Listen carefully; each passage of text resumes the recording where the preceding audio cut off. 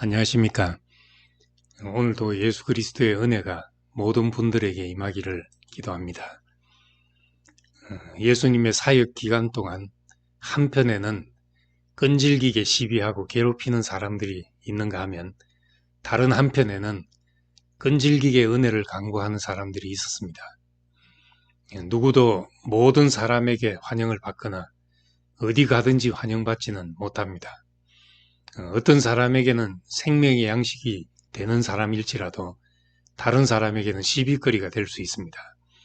하물며 예수님도 그러하셨으니까 우리 역시 우리를 좋아하는 사람도 반대하는 사람도 있다는 것을 당연하게 받아들여야 할 것입니다.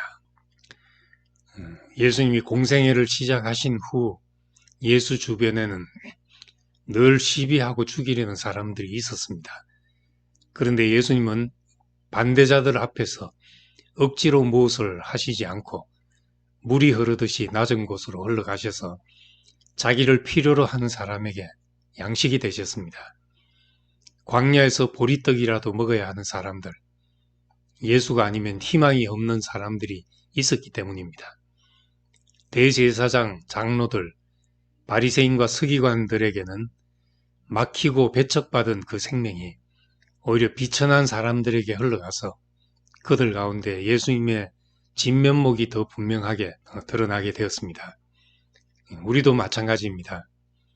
바울은 자신의 선교 경험에 비추어서 유대인의 자고함 때문에 이방인들이 하나님의 은혜 받을 기회를 열어주었다고 해석했습니다.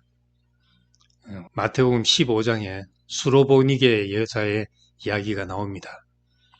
두로와 시돈 지방을 가셨을 때 한 가나안 여자가 와서 다윗의 자손이신 주님, 나를 불쌍히 여겨 주십시오.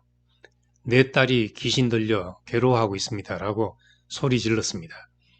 근데 예수님은 한마디 대답도 하지 않으셨습니다. 제자들이 민망해서 저 여자가 우리 뒤에서 외치고 있으니 그를 안심시켜서 떠나 보내주십시오. 라고 요청하니까 예수님은 나는 오직 이스라엘 집에 길을 잃은 양들에게 보내심을 받았을 따름이다. 라고 하셨습니다. 이에 가나안 여자는 주님 나를 도와주십시오. 라고 무릎을 꿇고 간청했습니다. 여자의 간청에도 불구하고 예수님은 자녀들의 빵을 집어서 개들에게 던져주는 것은 옳지 않다라고 하셨습니다. 가나안 여자가 모욕감을 느끼게 할 말을 하신 것입니다. 그런데도 이 여자는 주님 그렇습니다. 그러나 개들도 주인의 상에서 떨어지는 부스러기는 얻어먹습니다. 라고 말했습니다. 개가 먹는 부스러기라도 먹으려는 심정으로 매달린 것입니다. 그때 예수님은 여자여 참으로 네 믿음이 크다. 네 소원대로 되어라 하고 하셨고 그 시각에 그 여자의 딸이 나았다고 했습니다. 예수님은 왜 이 여자에게 이런 태도를 보이셨는가? 제자들이 묘사한 예수님의 성품으로 봐 상한 갈 때도 꺾지 않고 꺼져가는 심지도 끄지 않는 분이신데 왜 가나안 여자에게는 이렇게 가혹한 태도를 취하셨는지 참으로 이해하기 어렵습니다. 두로와 시돈 지방은 이방 땅입니다. 예수님의 주된 사역지가 갈릴리 지방이었고 갈릴리 호수 주변에서 대부분의 시간을 보냈습니다. 두로와 시돈 지방에는 무엇 때문에 가셨는지는 모르지만 이례적인 일이었습니다. 이 이방 땅에서 이방 여자를 만나서 나는 이방인들에게 고난을 받지 않았다라고 하신 것입니다. 일반 유대인들처럼 이방인들을 개처럼 무시하는 말씀을 하셨던 것입니다. 예수님의 이 여인에 대한 의도는 분명하지 않습니다. 예수님께서 가나안 여자에게 믿음의 도전을 하신 것인지 아니면 실제로 이스라엘에 잃어버린 양을 찾으러 오신 예수님이 정말 이방인이라 무시하신 것인지 우리로서는 알 수 없지만 결과적으로 이 여자의 믿음이 드러나게 되었습니다. 개들도 주인의 상에서 떨어지는 부스러기를 얻어먹습니다. 라는 말까지 나오게 된 것입니다. 예수님과 수로보인의 여자의 만남을 통해서 이 여자의 깊은 가난과 믿음이 드러났습니다. 개들도 주인의 상에서 떨어지는 부스러기는 얻어먹습니다. 이런 마음이 나오게 된 것입니다. 이 여인의 믿음은 오늘날 우리에게 귀한 양식이 되었습니다. 어떻게 개 취급을 받으면서 이렇게 말할 수 있는가? 이 여자는 예수가 아니면 다른 소망이 없는 사람이었기 때문입니다. 자존심보다도 자기 딸이 사는 것이 더 중요했습니다. 이 여자에게는 딸을 살릴 수 있는 마지막 희망이 예수였습니다. 예수님은 가난한 자에게 복이 있다고 선포하셨는데 여기서 예수가 한 배척의 말은 이 여자의 깊은 가난함을 이끌어내기 위한 도전이 되었고 무시받은 이 여자의 가난함은 오히려 우리를 풍족케 하고 배부른 자리로 이끌어주는 양식이 되었습니다. 주님을 만나서 깨닫게 된 나의 가난함은 다른 사람에게는 부유함과 풍성이 됩니다. 한편 예수께서 이렇게 말씀하신 것을 뒤집어 보면 예수님 자신이 그런 분입니다.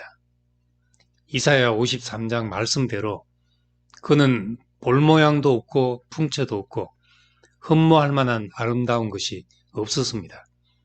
멸시받고 강고를 많이 겪었으며 질고를 아는 자였습니다. 근데 이분이 우리에게 주신 양식이니까 알고 보면 예수님 자신이 바로 상에서 떨어지는 부스러기 같은 분이셨습니다. 보리떡으로 굶주린 군중을 먹이실 때는 자신이 보리떡 같은 분이셨습니다. 물고기 2마리와 보리떡 5에 보잘것없는 양식 같은 예수님은 광야에서 굶주린 자들에게 양식이었습니다. 왜 전통을 어기느냐, 왜 안식일 일을 하느냐 하는 사람들은 그를 먹을 수가 없었습니다. 그는 유대인들에게 배척받고 버려졌습니다.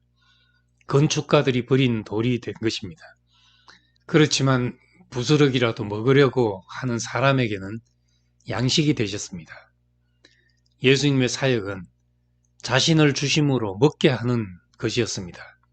그런데 아무나 그를 먹을 수 없었습니다. 그래서 소재로 들여지는 곡식이 고운 가루가 되어 화덕에 구워지고 철판에 붙여지듯이 예수는 우리의 양식이 되기 위해 십자가로 가신 것입니다. 갈릴리에서 많은 권능을 행했지만 그를 먹을 수 없었기 때문에 종교적 논란만 가져왔습니다. 빈들로 밀려나서 그는 보리떡이었고 이방 땅 가나안 여자 앞에서는 부스러기 같은 존재가 되었습니다. 마침내 그는 영문 밖으로 밀려나 모든 사람이 연합되고 하나가 되게 하는 생명의 떡이 되셨습니다. 그래서 바울은 이렇게 말했습니다. 부요하신 이로서 너희를 위하여 가난하게 되심은 그의 가난하심으로 말미암아 너희를 부요하게 하려 하심이라. 십자가는 그의 가난함입니다. 누구나 먹을 수 있는 양식이 되기 위해 아무것도 아니고 아무것도 할 수 없는 가난한 분이 되셨습니다. 이스라엘은 이집트의 종되었던 자리에서 풀러냄을 받았습니다. 그들은 수요가 가장 적었기 때문에 전능자가 아니면 안 되었던 민족이었습니다. 마찬가지로 우리도 다 이방인으로서 구원받아 원가지에 접붙여지는 은혜를 받았습니다. 우리도 주인의 상에서 떨어진 부스러기를 먹는 사람들입니다. 우리는 아무 자격이 없습니다. 구원은 인과응보의 원리로 주어지는 것이 아닙니다. 하나님은 없는 것을 있는 것 같이 부르신 분이시며 죽은 자와 같은 한 사람으로 말미암아 번성하게 하시는 분입니다.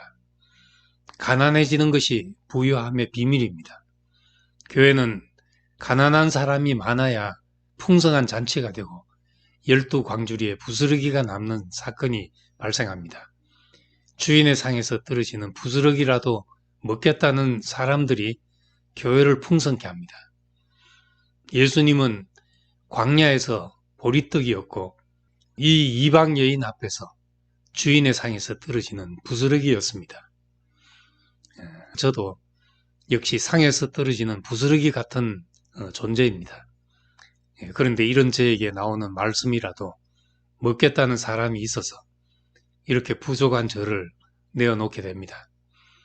오늘도 주인의 상에서 떨어지는 부스럭이라도 먹겠다는 가난한 마음으로 들어주신 분들에게 감사드립니다.